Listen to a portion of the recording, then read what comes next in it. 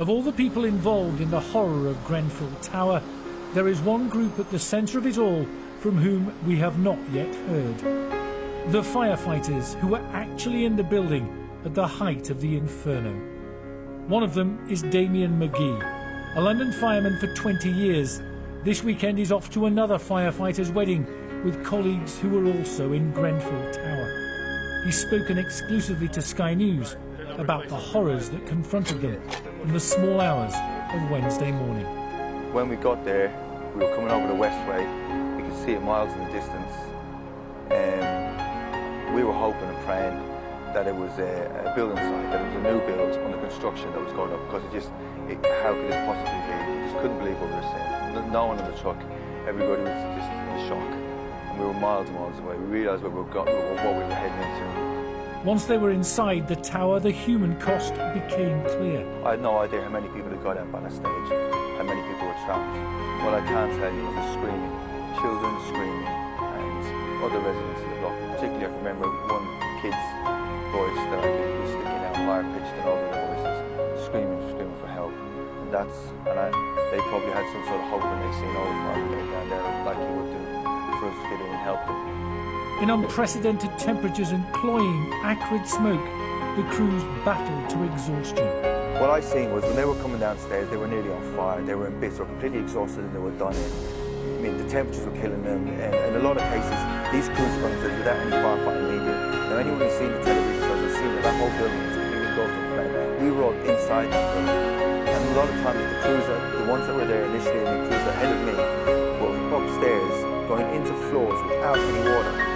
Simply just looking around and just trying to do their best, banging doors and kicking doors and trying to get people out.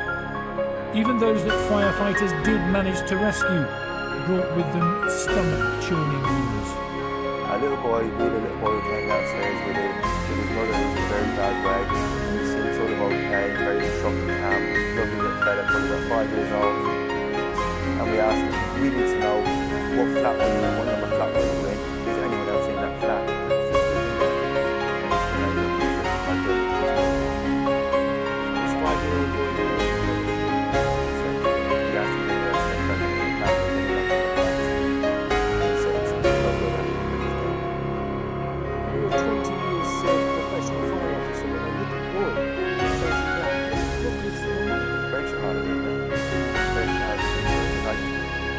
Useless and helpless. We're there. I know that they're looking at us to save them.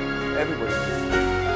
We're here now. We'll save you. But that's unfair on us. But I mean, we were put in a situation where we need to know where we can't. And we found out it's not going that high. The fire crews needed the help of police to get in and out of the building as it burned on. I'd like to say a big massive thank you to Metropolitan Police, who did an absolutely amazing job protecting us from that building that was falling down on our heads and all around us. So many of them were hit time and again with massive lumps of debris and metal, and the composites, and it looked to me like concrete was falling off the top of the building, which it probably was.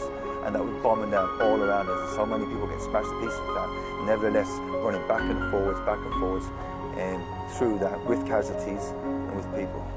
Without their selfless efforts, many of those who did survive would not have done so. But for some of the firefighters in the tower, there is a feeling of failure. All the firefighters that were there were going to be killing themselves, wishing that we could have done more because of the amount of people that we've lost.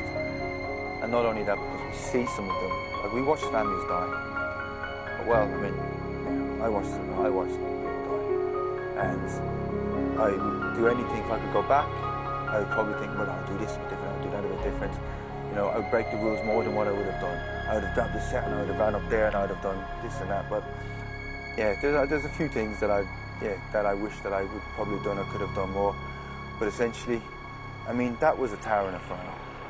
Many of the fire crews at the scene, as the blaze tore through the building, still do not feel comfortable speaking about it.